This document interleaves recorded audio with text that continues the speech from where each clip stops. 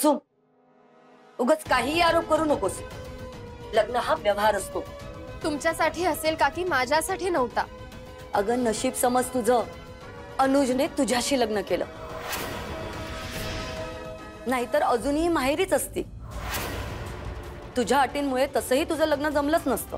तुझ्या लग्नानंतर जेपी, वेद, अनुज या सगळ्यांनी तुझ्या घरच्यांना किती मदत केली, विसरलीस? मी काहीही विसरलेले नाहीये। ती गोष्ट वेगळी होती। लग्नाचा निर्णय घेताना माझ्या समोर जे चित्र उभं केलं ते खोटं होतं। So what? तुझं नुकसान तर काही झालं नाही ना? तू स्वप्नातही पाहिलं नव्हतं इतकं श्रीमंत सासर आणि हँडसम नवरा मिळालाय तुला। काकी, नाती पैशानं नाही, प्रेमानं निर्माण होतात। आपलेपणानं, विश्वासानं ती टिकून राहतात। पैशानं माणसं विकत घेता येत असतील, प्रेम नाही। असो, तुम्हाला नाही कळणार। तू म्हणतेस तर चूक झाली असं धरून चाल, पण यात काय मोठं? लग्न ठरवताना छोट्या मोठ्या चुका होतच असतात। काकी, आपल्या हातून काचेचा ग्लास फुटला तर तो पुन्हा जोडता येतो? तू काही बोलू नकोस। माणसाला जगण्यासाठी पैसा इम्पॉर्टंट आहे। आणि धरून चाल की पत्रिकेसाठी अनुजनी तुझ्याशी लग्न केलं, पण तूही पैशासाठी? अजिबात नाही, आणि हे सगळ्यांना माहिती। मी कधीच कोणापासूनही कोणतीच गोष्ट लपवली नाहीये। माझ्या विश्वासाला तुम्ही सगळ्यांनी मिळून तडा दिलाय। काचेच्या ग्लासासारखा तो ग्लास कसाही जोडण्याचा प्रयत्न केला तरी त्यावरचे व्रण दिसणारच। अनुज, सगळ्यात जास्त तर तू मला हर्ट केलंयस। तुझ्यावर विश्वास ठेवून मी हे नवं नातं जोडलं, या घरात आले, पण लग्नानंतर तुझं वागणं अचानकच बदललं। त्याचं कारण हेच होतं ना? निदान लग्न झाल्यावर तरी मला विश्वासात घेऊन हे सत्य सांगायचं होतंस। आपलं लग्न ठरलं होतं त्या दिवशी आपण बाहेर गेलो होतो, तेव्हा मी तुला एक प्रश्न विचारला होता, आठवतंय? मी माझी प्रत्येक गोष्ट तुझ्यासोबत शेअर केली। बघ, तुला आत्ताच चान्स आहे। तुझ्या मनात काही असेल तर तू ते माझ्याबरोबर शेअर करू शकतोस। ऑफिसमध्ये बॅलन्स शीट टॅली करायला सांगितली होतीस, त्यावेळीही तू म्हणाला होतास। कुसुम, मी तुझ्यापासून कुठलीही फायनान्शियल गोष्ट लपवलेली नाहीये। मी या सगळ्या बाबतीत तुझी अजिबात फसवणूक केलेली नाहीये कुसुम। हेच लपवत होतास ना माझ्यापासून?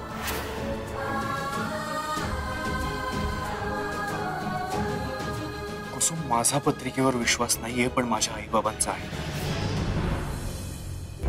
आणि मी ही गोष्ट तुझ्यापासून लपवली आहे याचं गिल्ट सतत माझ्या मनात होतं कुसुम। केतनशी लग्न मोडल्यानंतर मी लग्नाचा विचार मनातून काढून टाकला होता। याआधी 3-4 वेळा मला असे अनुभव आले होते, पण इतर मुलींसारखी लग्नाची, संसाराची मीही स्वप्न पाहायचे।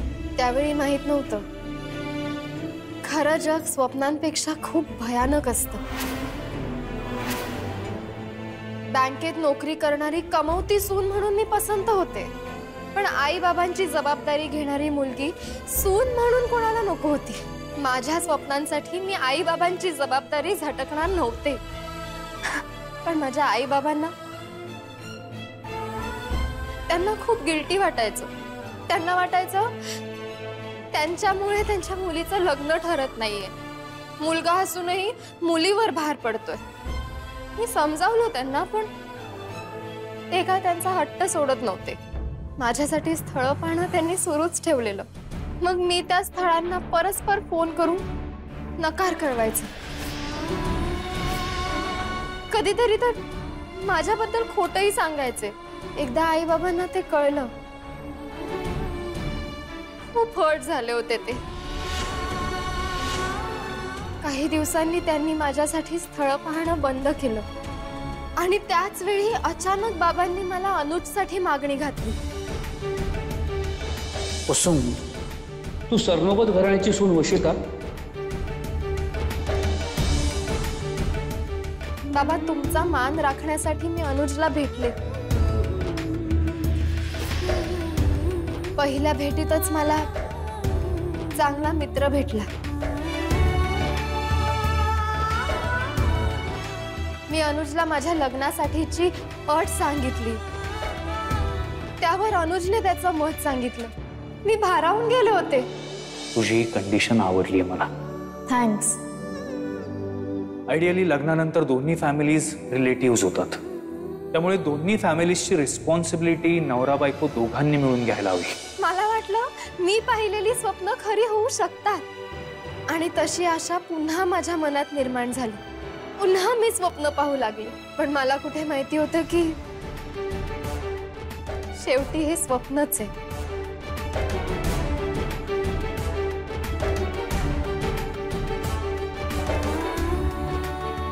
लग्नानंतर हा माझ्याशी असा का वागतोय यात मी माझ्यातच चुका शोधत गेले. पण सत्य वेगळंच होतं. ते तुम्ही सगळ्यांनी माझ्यापासून लपवून ठेवलं होतं. एक दिवस ते अनुजकडून बाहेर आलं, पण तेही अर्धावटच. का केलंस माझ्याशी लग्न अनुज? मला तुझ्याशी लग्न करायचं नव्हतं, कारण माझं प्रेम नाहीये तुझ्यावर. तुला आठवतंय मी काय म्हणालेले? लग्नानंतर एकमेकांना समजून घेण्याच्या प्रोसेसमध्ये सारखी मीच प्रयत्न करतेय, तू कुठेच नाहीयेस. तू का नव्हतास त्याचं हेच कारण आहे ना? का नव्हतास याचं उत्तर आज मला मिळतंय. तेही अशा पद्धतीने.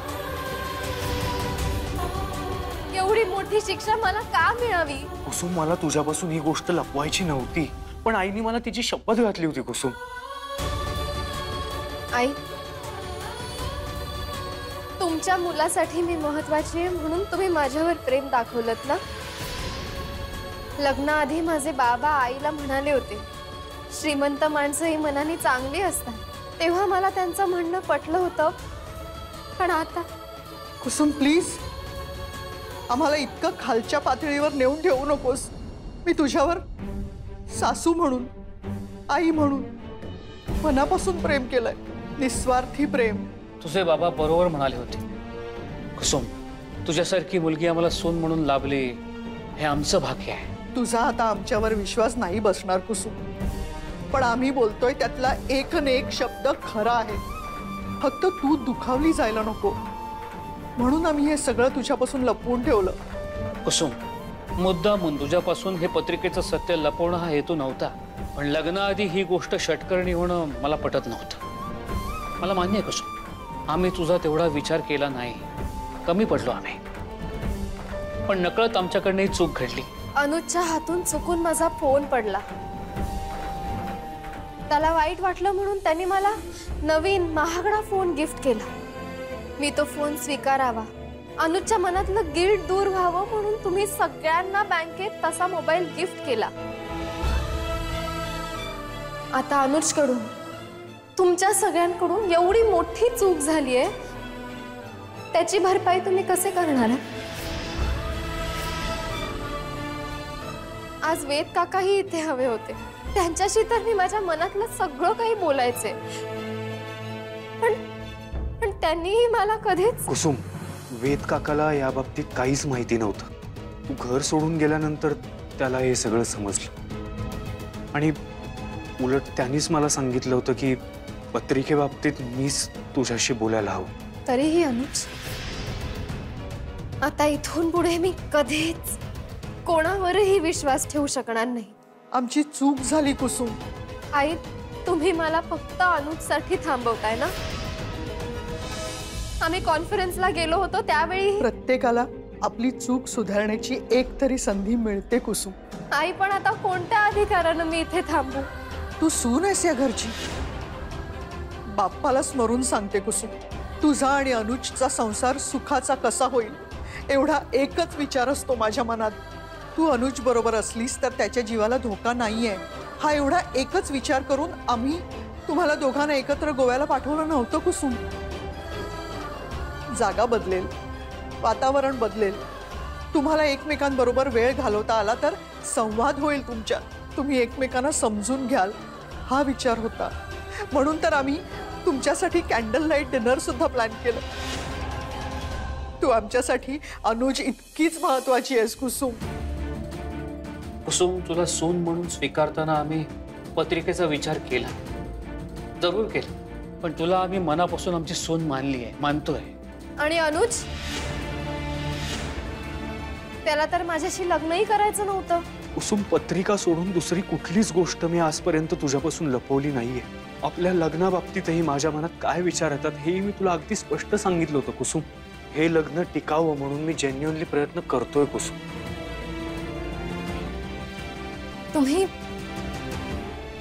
तुम्ही आता हे सगळं मी घर सोडून जाऊ नये म्हणून बोलताय ना? नाही, अगदी मनापासून बोलतोय. विश्वास ठेव आमच्यावर. कसा ठेव? लग्नाआधी मला विश्वासात घेऊन हे सगळं सांगितलं असतं तरीही मी होकार दिला असता, कारण माझा अनुजवर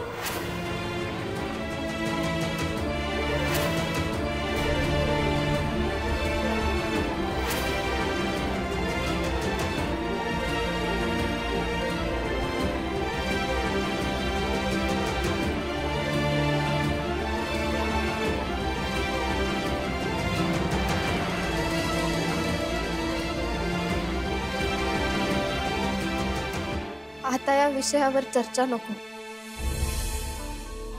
माझ्यात आता तेवढे त्राणही राहिले नाही.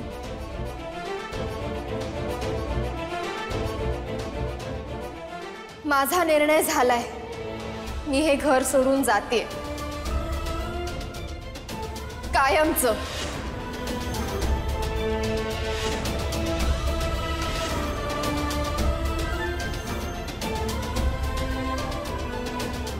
माझे या घराशी, अनुजशी असलेले सगळे ऋणानुबंध संपलेत. कुसुम, नाही आई, तुम्ही सगळ्यांनी मिळून मला फसवलंय. आता मी या घरात राहू शकत नाही. सुहासिनी, आई,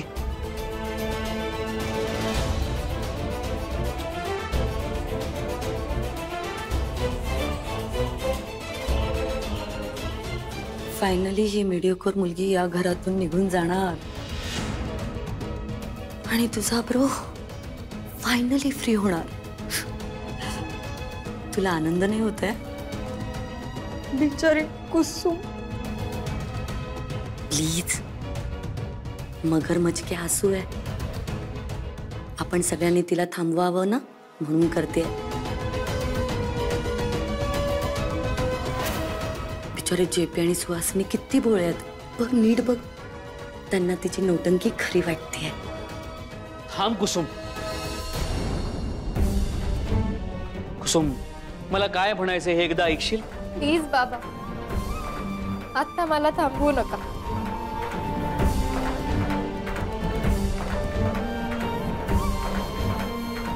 लग्नाआधी तुमच्या शब्दाला मान देऊन मी अनुजला भेटले, या घरी लग्न करून आले. आता तुमचं ऐकलं तर मला हे घर सोडून जाणं कठीण होईल.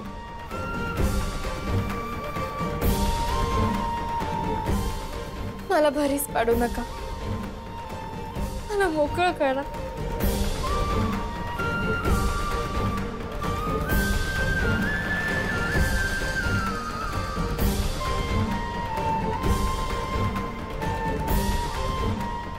कुसुम, कुसुम, अहो तिला थांबवा. तिला प्लीज थांबवा. तिला नका जाऊ देऊ. ती या घरातून जाता कामा नये. थांबवा ना तिला. आई, ती आपलं घर सोडून नाही जाऊ शकत. तिने इथेच राहायला हवं. प्लीज थांबवा ना. बोल स्वरा बाळा, तू बोल जा तुझ्या बहिणीशी. ती तुझं ऐकेल. ती तुझ्यावर नाही रागवलेली. आई, प्लीज जा. अनुज, अरे बोल ना कुसुमशी. तिला आई, आई, तू जरा शांत हो प्लीज. Please I.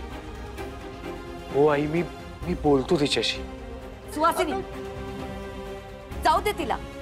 डे 1 पासून मी तुम्हाला सांगत होती, ही मुलगी आपल्या घरात मिसमॅच आहे.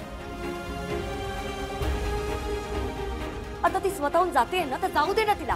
रीना, आता सगळं सत्य कळलंय ना, तरी तू हे म्हणतेस?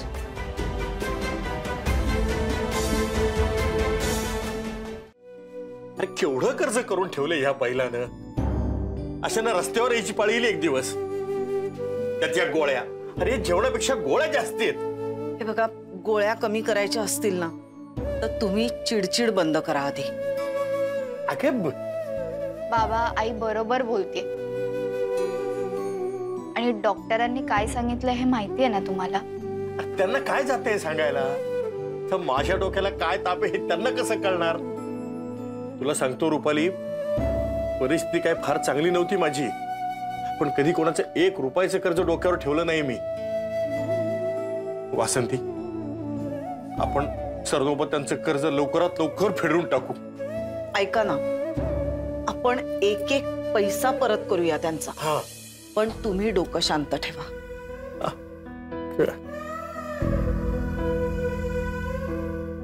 अरे किती गोळ्या आहेत ह्या? आज डॉक्टरांकडे जाऊन गोळ्या कमी करून आणतो. नाही बाबा, असा विचारही आणू नका. आणि बाबांचे रिपोर्ट्स आले तर कसे आहेत ग? म्हणजे काही काळजी करण्यासारखं? काही काळजी करण्यासारखं नाहीये. तुम्हाला फक्त पथ्य नीट पाळायचे बस. अरे इथे खर्च वाढतोय माझ्या पथ्यांमुळं. बाबा, त्याचा विचार तुम्ही नाही करायचा. मी आणि आई बघून घेऊ. तुम्ही फक्त तुमच्या तब्येतीची काळजी घ्या प्लीज. बाबांनी टेन्शन घेता कामा नये. त्यांच्या तब्येतीसाठी नाहीये चांगलं. सगळ्यांनी मिळून आम्हाला फसवलं. तुमच्या चांगलेपणाचा फायदा घेतला. मला अंधारात ठेवलं. आम्ही या घरात नाही राहू शकत.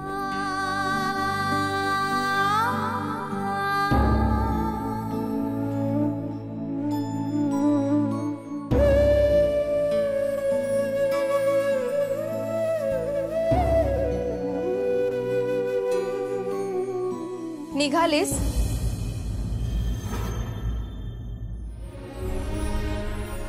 आता या घरात थांबण्यासारखं काही राहिलंच नाहीये. नक्की अनुज शिवाय राहू शकशील? सगळ्यात जास्त तर त्यांनीच मला हर्ट केलंय. लग्नाआधी मला विश्वासात घेऊन पत्रिकेबद्दल सांगितलं असतं तर याचं उत्तर तुलाही माहितीये. अनुजला कधी मी बायको म्हणून पसंतच नव्हते. त्यांनी फक्त पत्रिकेसाठी माझ्याशी लग्न केलं. मला माझ्या प्रत्येक प्रश्नाचं उत्तर मिळालंय. मग आता मी इथे का थांबू? प्रेमासाठी. अनुजवर प्रेम करतेस ना? नाही. मग अनुजचा ऍक्सिडेंट झाला होता तेव्हा त्याच्या जीवावरचं संकट दूर व्हावं म्हणून एवढं कठीण व्रत का केलंस? त्याने केलेल्या चुका पाठीशी का घालतेस? त्याला होणाऱ्या वेदनांचा त्रास तुला का होतो? त्याने तुला कितीही दुखावलं तरी सतत त्याच्या सुखाचा विचार का करतेस? यालाच तर प्रेम म्हणतात कुसुम. माणुसकी म्हणून केलं मी ते.